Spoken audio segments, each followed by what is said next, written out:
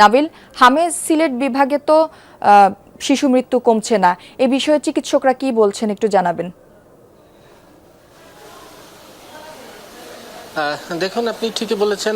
শিশু মৃত্যু যেটি গত সপ্তাহে আসলে অনেকটা নিয়ন্ত্রণে এসেছিল, অর্থাৎ আমরা দেখেছি যে টানা 4 দিন আসলে কোনো মৃত্যুর সংবাদ আমরা পাইনি। তবে গত 72 ঘন্টায় আসলে আমরা বেশ কিছু শিশু মৃত্যুর ঘটনা পেয়েছি এবং আসলে গত 72 ঘন্টা যদি আপনাদেরকে বলি তাহলে প্রায় 7 জন শিশু মৃত্যুর খবর আমরা পেয়েছি। আজ সকালেও আসলে গত 24 ঘন্টায় 2 শিশুর মৃত্যুর খবর পেয়েছি। যদিও হাসপাতালের চিত্র কিন্তু এখন অনেকটাই তুলনামূলক ভালো বলা চলে, কারণ এর আগে আমরা ঈদের আগে বিশেষ করে হাসপাতালের চিত্রগুলো যেমনটা দেখেছিলাম যে প্রতিটা শয্যায় আসলে একাধিক রোগীকে রেখে চিকিৎসা দিতে হচ্ছে, হাসপাতালে রোগীদের প্রচণ্ড ভিড় ছিল, সেই ভিড় কিন্তু ধীরে ধীরে কমে আসছে।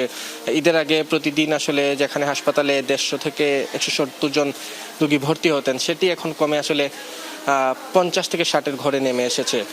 যদিও এখন আসলে প্রায় সিলেটের বিভাগে বিভিন্ন হাসপাতালে 200-রও বেশি রোগী ভর্তি আছেন এবং চিকিৎসকরা মৃত্যুর ব্যাপারে যেটি বলছেন সেটি হচ্ছে যে এই মুহূর্তে আসলে অনেকেই 6 মাসের কম বয়সী শিশুরাও কিন্তু হামে উপসর্গ নিয়ে মারা যাচ্ছেন এবং চিকিৎসকরা মনে করছেন যেহেতু তাদের টিকার আওতায় আনার এখন সুযোগ নেই, ফলে তাদের স্বাস্থ্য ঝুঁকি এড়াতে স্বাস্থ্য সচেতনতার পাশাপাশি তাদের পুষ্টিহীনতা তারা যাতে না ভুগে সেজন্য অভিভাবকদের জন্য তাদের আসলে বিশেষ পরামর্শ থাকবে। পাশাপাশি 6 মাসের ঊর্ধ্বে যে শিশুরা হাসপাতালে আসছেন, এই হাসপাতাল অনেকের সাথে আমাদের কথা হয়েছে, তারাও টিকার আওতায় আসেননি, ফলে সেই সব শিশুরা যাতে টিকার আওতায় আসে সেই আসলে প্রস্তাবনাগুলোই চিকিৎসকরা দিচ্ছেন। নাবিল, আপনাকে ধন্যবাদ।